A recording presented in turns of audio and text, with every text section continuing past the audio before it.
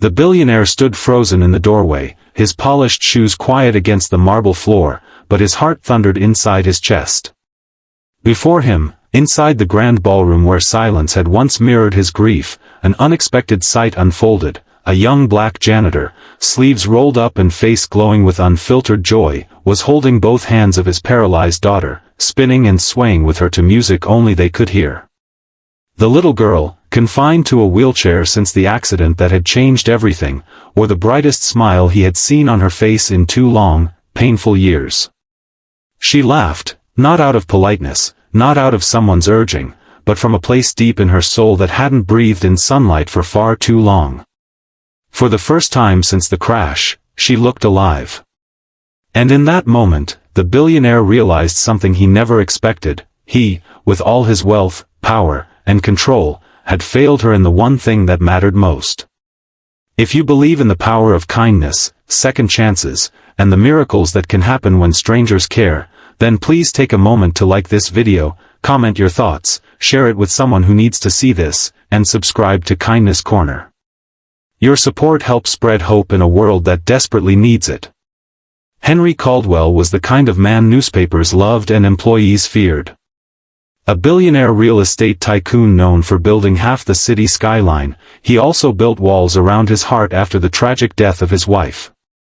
When his daughter Ava became paralyzed after a devastating car crash, a crash that claimed her mother's life, those walls turned to steel.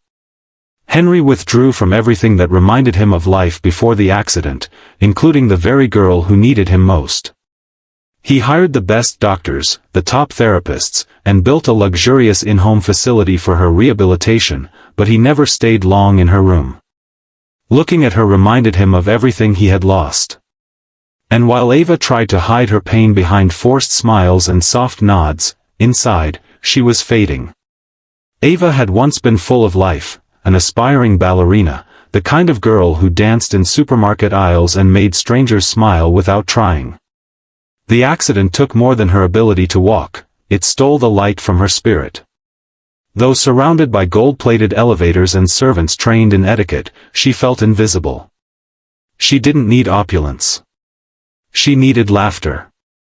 Music. Connection. Something real. Enter Jamal Thomas. A 32-year-old janitor, recently hired by the Caldwell Estate staffing agency. He wasn't polished. He didn't come with degrees or suits. But he came with something no one in that mansion seemed to carry anymore: humility, warmth, and an ability to see people, not positions. Jamal had grown up in the foster care system, bouncing between homes and schools until he aged out. Life hadn't been gentle with him, but it had taught him how to recognize pain in others, especially children pretending to be okay. When he first saw Ava during his rounds, she was by the window, staring out at the garden with eyes that looked far too old for a girl of 11. He didn't speak to her right away. He didn't want to startle her or seem intrusive. But over days, he began to hum softly while mopping near her door. Old jazz songs, soul ballads, anything that reminded him of his late grandmother who raised him until she passed. One day, he noticed Ava's hand tapping along with the rhythm. That was his invitation. He started bringing a small Bluetooth speaker tucked in his supply cart. Slowly, he would talk to her, never about her injury, never about her grief. Just little things. The weather. What her favorite snack was. Whether she liked Stevie Wonder. She barely answered at first, but over time, her curiosity peeked through. One day, she asked him why he always sang while cleaning. Because music, he said, is how my soul remembers it's still alive. That afternoon, he asked, "Wanna dance with me?" Her brows furrowed. "I can't." But he smiled. "Sure you can. Dancing's not just about feet. It's about feeling." He gently took her hands and began swaying them side to side, moving his own body around her wheelchair. It wasn't elegant. It wasn't rehearsed. But it was pure. This became their ritual. Every afternoon, after the nurses finished their sessions and the mansion grew quiet, Jamal would find Ava and dance with her. Her laughter began returning in full form, her shoulders relaxing, her smile turning genuine. She asked him to teach her how to clap in rhythm. He did. She asked if he could push her wheelchair to spin like a ballerina. He did that too. And he always made sure she felt like she was leading the dance, not being guided. Unbeknownst to them, one of the housemaids, Maria, noticed the transformation in Ava. She was the one who discreetly notified Mr. Caldwell. "You should see your daughter," she had whispered with tears in her eyes. "Something beautiful is happening." Henry didn't expect much. Perhaps a mild improvement, a smile here and there. But nothing could prepare him for what he saw when he entered the ballroom unannounced that Thursday afternoon. His daughter, twirling in her wheelchair, head tilted back in laughter, with a janitor dancing circles around her, both lost in a world without pain or pretense. For the first time in years, he didn't see her wheelchair. He saw Ava, the child he'd forgotten how to reach. Jamal noticed him too late. Embarrassed, he immediately stopped. "Sir, I'm sorry, I was just," but Henry held up a hand. He didn't speak for a long moment, his eyes locked on Ava's radiant face. Then, almost inaudibly, he whispered, "Thank you." In the days that followed, everything changed.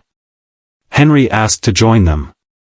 At first awkward, unsure how to move to music, unsure how to even speak with his own daughter. But Ava pulled him in. She taught him the moves Jamal had shown her. She forgave him without needing words. Jamal, surprised by the billionaire's vulnerability, stayed humble but firm. He reminded them both that healing didn't come from fixing, it came from feeling. Soon, Henry made a decision that shocked the media. He publicly announced a new foundation in his wife's name, aimed at funding expressive arts therapy for children with disabilities. And at its heart, he credited the janitor who reminded my daughter how to dance and reminded me how to live. Jamal was offered a position as Director of Creative Wellness for the foundation, with full scholarship access to pursue a degree in music therapy. He almost refused at first, he didn't want pity or favors. But Henry said, "This isn't charity. This is purpose."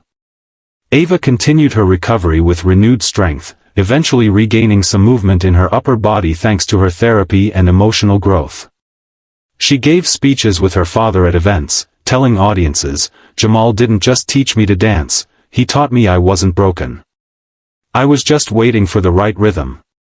If this story touched your heart, if you believe in unexpected heroes, in second chances, and in the music of compassion, please take a moment to like this video, share it with someone who needs hope today, and subscribe to Kindness Corner. Your support keeps these stories alive and reaching hearts around the world. Special request, let us know in the comments, what's one act of kindness that changed your life or someone you love? Your story might just inspire someone else to dance again.